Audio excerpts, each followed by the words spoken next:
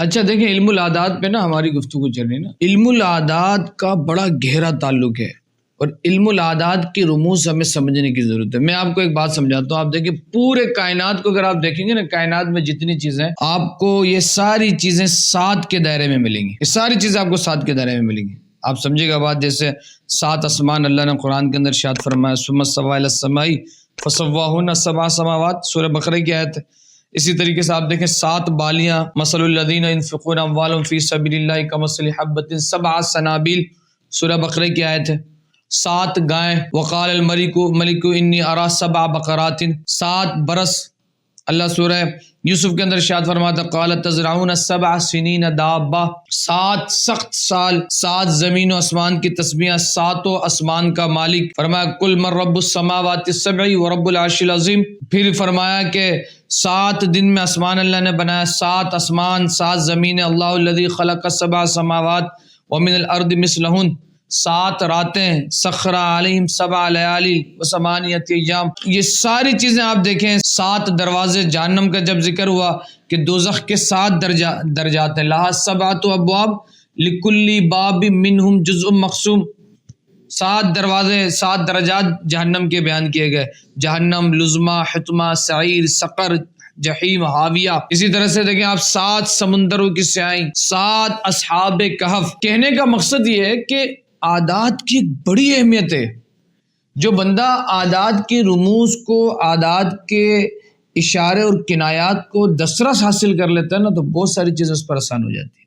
آپ دیکھیں نا قرآن پاک کی منزلیں بھی کتنی ہیں، 7۔ سورہ فاتحہ کی آیتیں بھی کتنی ہیں، 7۔ حالانکہ آپ دیکھیں کہ کمال ہے سورہ فاتحہ، کمال اس کے اندر ہے۔ سورہ فاتحہ کی آیت بھی 7، ہفتے میں دن بھی کتنے، 7، آسمانوں کی تعداد بھی کتنی، 7، زمینیں بھی کتنی، 7، آسمانوں کی مثل، آسمانوں کی تعداد بھی کتنی، 7، دنیا میں 7 سمندر، دنیا میں 7 بر اعظم۔ تو یہ کہنے کا جو مقصد ہے وہ یہی ہے کہ آپ اگر دیکھیں گے 7 کا جو دائرہ کار ہے، یہ جو 7 کی گنتی ہے، یہ علم العادات کے اندر 7 ایک بڑا کمال رکھتا ہے۔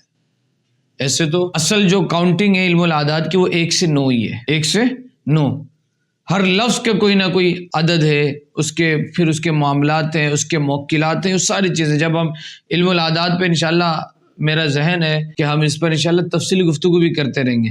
آپ دیکھیں غالب کا ایک شعر مجھے یاد آتا ہے کہ رات دن گردش میں ہے 7 آسمان، ہو رہا ہے کچھ نہ کچھ، گھبرانے کی کوئی بات نہیں۔ تو یہ 7 کو بڑی اہمیت حاصل ہے، 7 کے لفظ کو، اور پورے کائنات کا مدار، پورے عالم کا مدار، دنیا کو آپ دیکھ رہے ہوں گے تو وہ 7 کے ارد گرد ہی گردش کر رہا ہے، 7 کے ارد گرد ہی گردش کر رہا ہے۔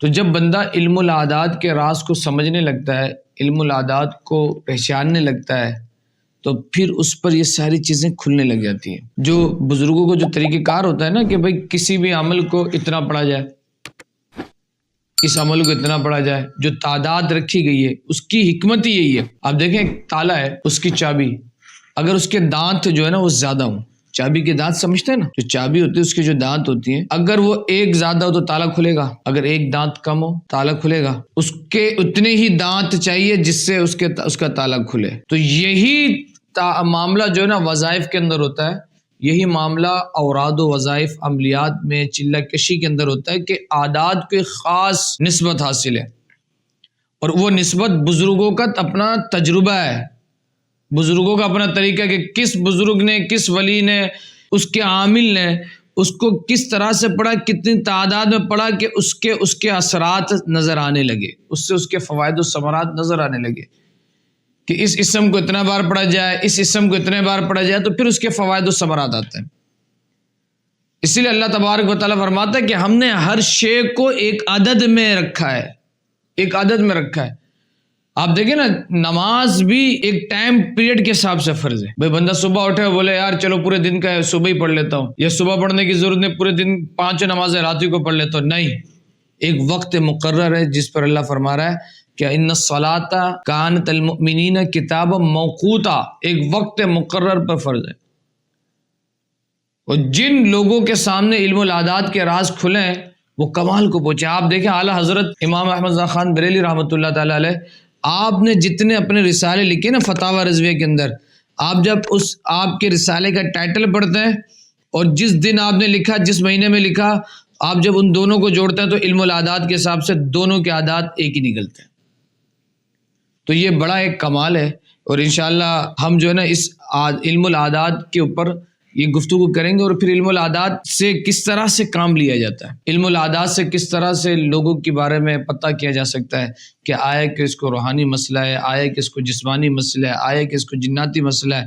علم الاعداد کے ذریعے کس طرح سے آپ کام کر سکتے ہیں، یہ ساری چیزوں پہ انشاءاللہ ہم گفتگو کریں گے. اللہ تبارک و تعالی ہم سب کا حامی و ناصر.